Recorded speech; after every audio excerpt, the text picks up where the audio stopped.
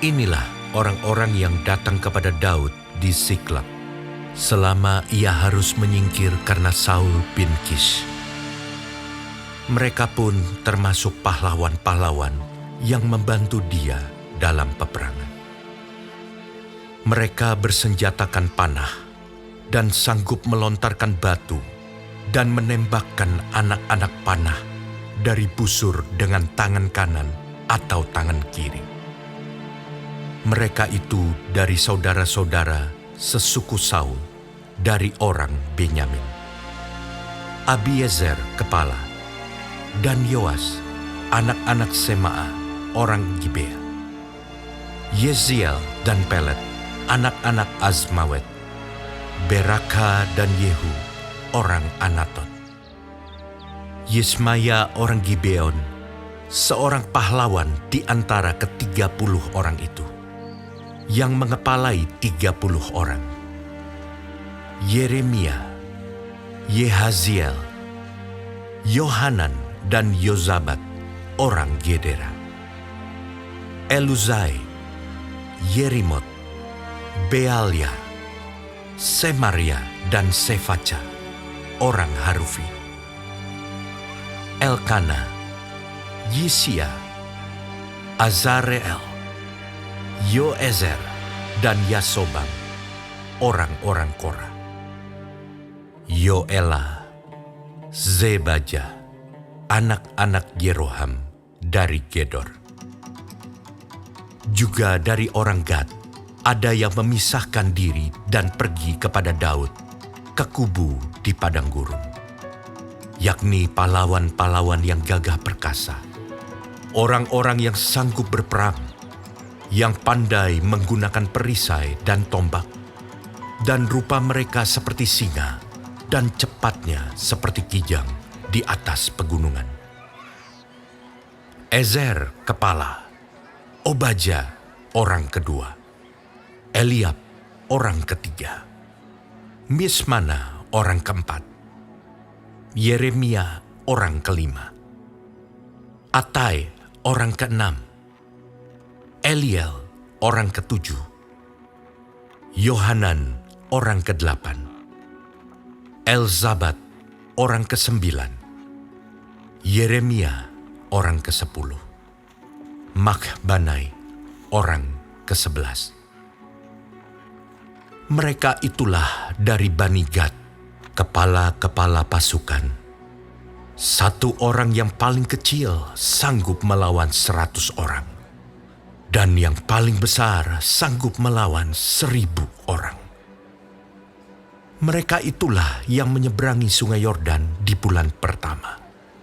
Sekalipun sungai itu meluap sepanjang tepinya, dan merekalah yang menghalau seluruh penduduk lembah ke sebelah timur dan ke sebelah barat. Sebagian dari Bani Benyamin dan Yehuda datang kepada Daud di kubu itu. Lalu keluarlah Daud menyongsong mereka. Berkatalah ia kepada mereka, "Jika kamu datang kepadaku dengan maksud damai untuk membantu aku, maka aku rela bersekutu dengan kamu. Tetapi jika untuk menyerahkan aku dengan tipu muslihat kepada lawanku, sedang aku tidak melakukan kelaliman, maka biarlah Allah nenek moyang kita melihat itu dan menghukum kamu." Lalu roh menguasai Amasai, kepala ke-30 orang itu. "Kami ini bagimu, hai Daud, dan pada pihakmu, hai anak Isai. Sejahtera bagimu dan sejahtera bagi penolongmu, sebab yang menolong engkau ialah Allahmu." Kemudian Daud menyambut mereka dan mengangkat mereka menjadi kepala pasukan. Juga dari Manasye ada yang menyeberang memihak kepada Daud ketika ia bersama-sama orang Filistin memerangi Saul. Sebenarnya ia tidak menolong mereka, sebab setelah mengambil keputusan, raja-raja kota orang Filistin itu menyuruh dia pergi. Katanya, "Mungkin dengan taruhan kepala kita, ia menyeberang memihak kepada tuannya Saul. Pada perjalanannya ke Ziklag, sebagian dari suku Manasye, Adnah, Yozabat, Yediael, Mikael, Yozabat, Elihu, dan Ziletai, kepala-kepala pasukan 1.000 suku Manasye, menyeberang memihak kepadanya. Mereka ini membantu Daud melawan gerombolan, sebab mereka semua adalah pahlawan-pahlawan yang gagah perkasa dan kepala dalam tentara. Dari hari ke hari, orang datang kepada Daud untuk membantu dia, sehingga mereka menjadi tentara yang besar, seperti bala tentara Allah. Inilah jumlah pasukan bersenjata untuk berperang yang datang kepada Daud di Hebron, untuk menyerahkan jabatan raja daripada Saul kepada Daud, sesuai dengan titah Tuhan. Bani Yehuda yang mengangkat perisai dan tombak, ada 6.800 orang yang siap untuk berperang. Dari Bani Simeon, pahlawan-pahlawan yang gagah perkasa untuk berperang, ada 7.100 orang. Dari Bani Lewi, ada 4.600 orang. Ditambah dengan Yoyada, pemimpin kaum Harun, dan bersama-sama dia ada 3.700 orang. Selanjutnya Zadok, seorang pahlawan muda yang gagah perkasa, dengan 22 orang pemimpin dari puaknya. Dari Bani Benyamin, saudara-saudara sesuku Saul, ada 3.000 orang. Sampai pada waktu itu, kebanyakan dari mereka masih tetap patuh kepada keluarga Saul. Dari Bani Efraim, 20.800 orang, pahlawan yang gagah perkasa. Orang-orang yang kenamaan di antara puak-puak mereka.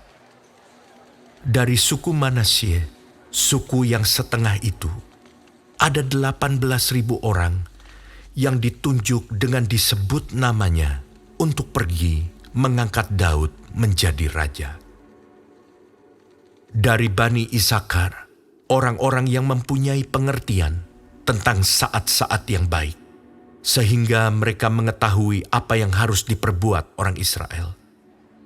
200 orang kepala dengan segala saudara sesukunya yang di bawah perintah mereka.